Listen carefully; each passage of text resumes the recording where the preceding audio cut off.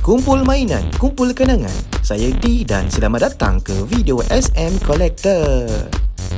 Okey, hari ini kita nak review dan unboxing Transformers Blokies Wave 5. Okey, so hari tu kita dah keluarkan Wheeljack, Hound dengan Sentinel. Okey, so kita nak buka box ini, box yang keempat. Okey, so blind box, kita tak tahu dalam ni apa selagi kita tak buka. Okey, so ini sudah keluar, jadi dah keluar, jadi pun dah keluar. Okey, agak-agak Transformers apa yang akan keluar sekejap lagi. Okey, so tanpa membuang masa, jom kita buka sekarang. Let's go. Okey, dah pun buka. Okey, jom kita tengok dia dapat apa. Okey, so macam biasa dia bagi manual dan 2 paket. Alright, so kotak kita tak tepi dulu.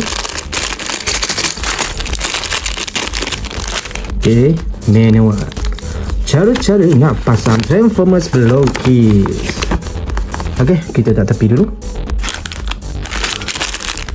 Jom macam biasa kita akan buka first pack, iaitu tapak dengan tangan.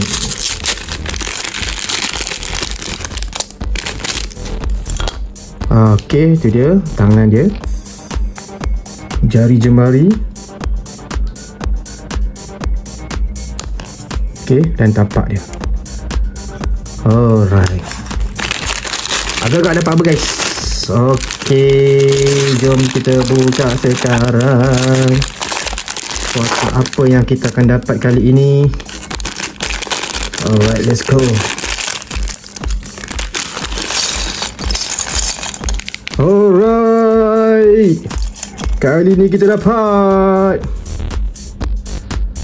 Death Striker. Nice.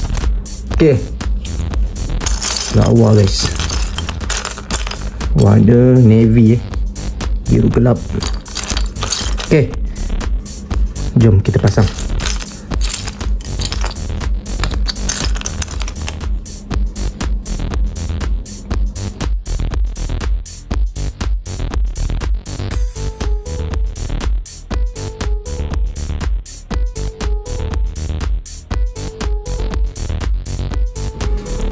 Okey, dah pun siap kita punya Death Striker. Macam cantik kan? Piu piu piu. Nice. Sangat-sangat clean guys. Okey. Wow.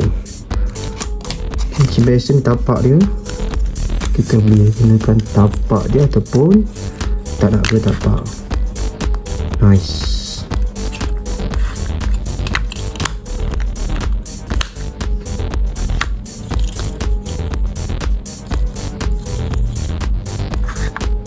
Cantik.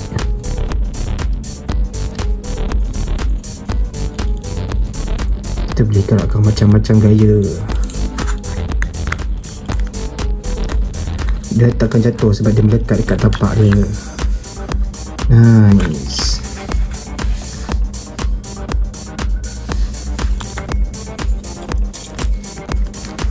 Okay, Death Striker Transformers Blokies Wave 5.